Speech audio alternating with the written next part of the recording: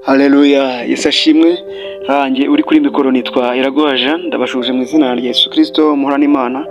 Bahaye ikaze kuri channel Sabo Update mu ijambo ry'Imana tukivuganiraho uyu munsi.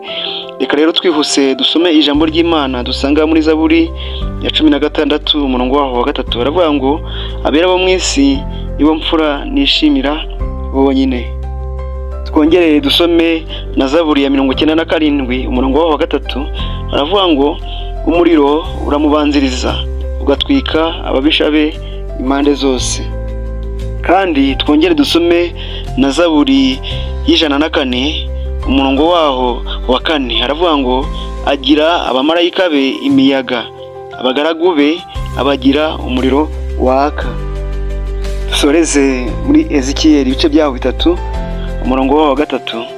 Haravuga ngo arambwira ati mwana w'umuntu, haza inda yawe n'amara yawe uyu muzingo nguhaye, nukomera ko ndaburya mu kanwa undyohera nk'ubuki.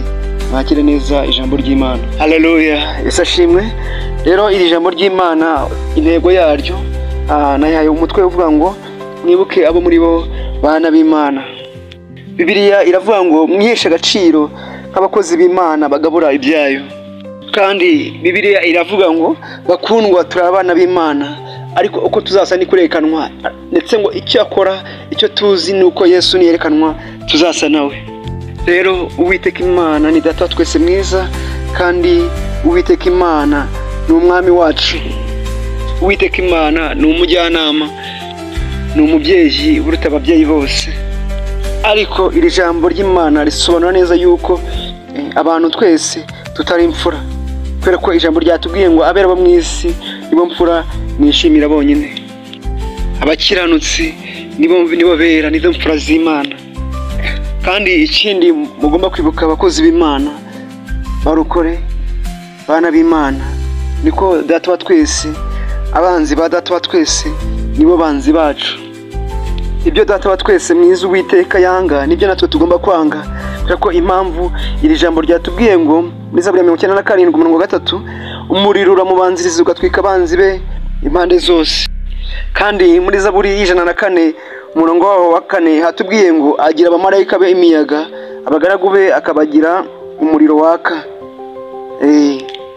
Ibyo Imana yanga nibyo tugomba kwanga, kandi ibyo Imana itwika nibyo natwe tugomba gutwika, kubera ko umunyarwanda yaravuze ngo imfura igenda nka se.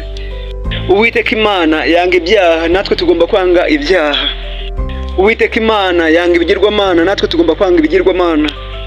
Uwiteka Imana yarirahiye ku cyubahiro cye, aravuga ngo icyubahiro cyanjye ntabwo nzagiha undi. Natwe nta wundi tugomba guha icyubahiro asibye data wa twese mwiza, niwe tugomba guha icyubahiro. Bibiliya iravuga ngo ibuka aho wavuye ukagwa, nurangiza wihane wongere ugaruke mu bana b'Imana, wongere ube umwera mu isi, kandi wongere ukiranuke, wongere ube imfura. Imana iguhe umugisha wowe wumvise ijambo ry'Imana, kandi wowe wafashe ingamba zo kongera ukibuka uwo uriwe.